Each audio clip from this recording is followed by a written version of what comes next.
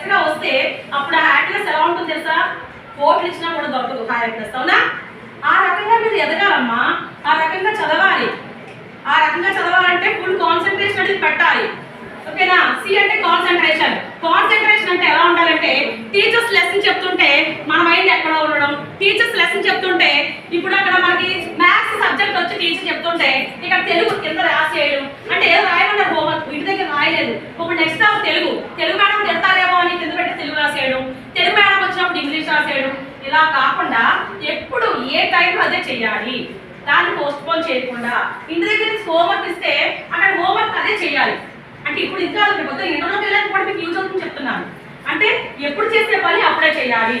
ఇప్పుడు మీకు ఎన్నో రోజులు లేదు కాబట్టి టైం టేబుల్ వేసుకోండి. టైం టేబుల్ వేసుకుని ఇన్ని గంటలే ఉన్నాయి కాబట్టి టైం ఇన్ని గంటలు చదువుకోవాలి, ఇన్ని గంటలు చదువుకోవాలని చెప్పేసి దాన్ని డివైడ్ చేసుకుని ఒక 6 మీకు ఉన్నాయనుకోండి, చాప్టర్స్ ఉన్నాయనుకోండి, 6 ఉంటాయి మీకు, తెలుగు ఇంగ్లీషు 6ఏనా 7నా?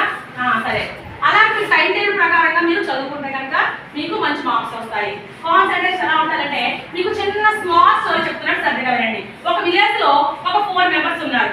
ఈ 4 మెంబర్స్ కూడా ఒక అడవికి వెళ్ళి ఒక గన్ షూట్ ట్రైనింగ్ చేసుకుందాం అని చెప్పేసి గన్ పట్టుకుని నలుగురు కూడా విలేజ్ కి వెళ్ళారు. అక్కడ ఒక చెట్టుకి కుండ కట్టారు. కుండ కట్టి 1 by 1 గన్తో పేర్చుకుందాం అని చెప్పేసి వాళ్ళు పేరుస్తుంటే అక్కడ గురి తగలట్లేదు. ఎందుకంటే అడవికి వెళ్ళే ముందు అంతా కూడా మనం గన్ షూట్ ట్రైనింగ్ చేయాలి, నేర్చుకోవాలి, కంపల్సరీ కొట్టాలి, కుండ పగలనే కాన్సెప్ట్ తో వెళ్ళారు. కానీ అక్కడికి వెళ్ళిన తర్వాత ఆ అడవిలో ఉన్న అందాలను చూసి, యానిమల్స్ చూసి, అక్కడ ఫ్లవర్స్ చూసి, ట్రీస్ చూసి, అలాగే ఫ్రూట్స్ చూసి వాళ్ళ మైండ్ అంతా కూడా చేంజ్ అయిపోయింది. ఇంకా అడవి అందాలను చూడాలి అన్న మైండ్ సెట్ లోకి వచ్చేసారు. కాబట్టి 1 by 1 ఒకళ్ళు పేర్చిన నలుగురు పేర్చినా కూడా కుండ పగలేదు. అక్కడ దారిపోయే ఒక దూడ కాసిన ఒక మాటసారి దగ్గరికి వచ్చి పక్కపక్క నవ్వుతాడు. నవ్వుతే ఏంటి నువ్వు అలా నవ్వుతున్నావు అంటే, మరి మీకు కుండ పగలేదు కదా, ఒకసారి గన్ ఇవ్వండి నేను పేరుస్తాను అంటాడు. ఇది మా వల్ల అవ్వలేదు, నీ వల్ల ఎలాగవుతుంది, నీకు చదువుకోలేదు, మేము చదువుకున్నా మా వల్ల అవ్వలేదు, దూడ కాబట్టి నీకు ఎలా అవుతుందంటే ఒకసారి ఇవ్వండి పేరుస్తాను చెప్పేసి ఒకేసారి పేరిస్తే అది కుండ పగిలింది. ఎందుకు పగిలింది? తను చదువుకోలేదు, తన ప్రాక్టీస్ లేదు, తనకి ఎక్స్పీరియన్స్ లేదు. తనకి ఎందుకు పగిలిందంటే ఈ నలుగురు పేర్చేటప్పుడు వీళ్ళ ఆలోచనలు వేరేగా ఉన్నాయని చెప్పేసి తను గెస్ట్ చేశాడు. కుండ పగలగొట్టాలన్న ఆలోచన ఎక్కడ లేదు, వాడికి కాన్సన్ట్రేషన్ ఆ కుండ మీద లేదు, వాళ్ళ ఆలోచనలు ఎక్కడో తిరుగుతున్నాయి. తను గెస్ట్ చేశాడు.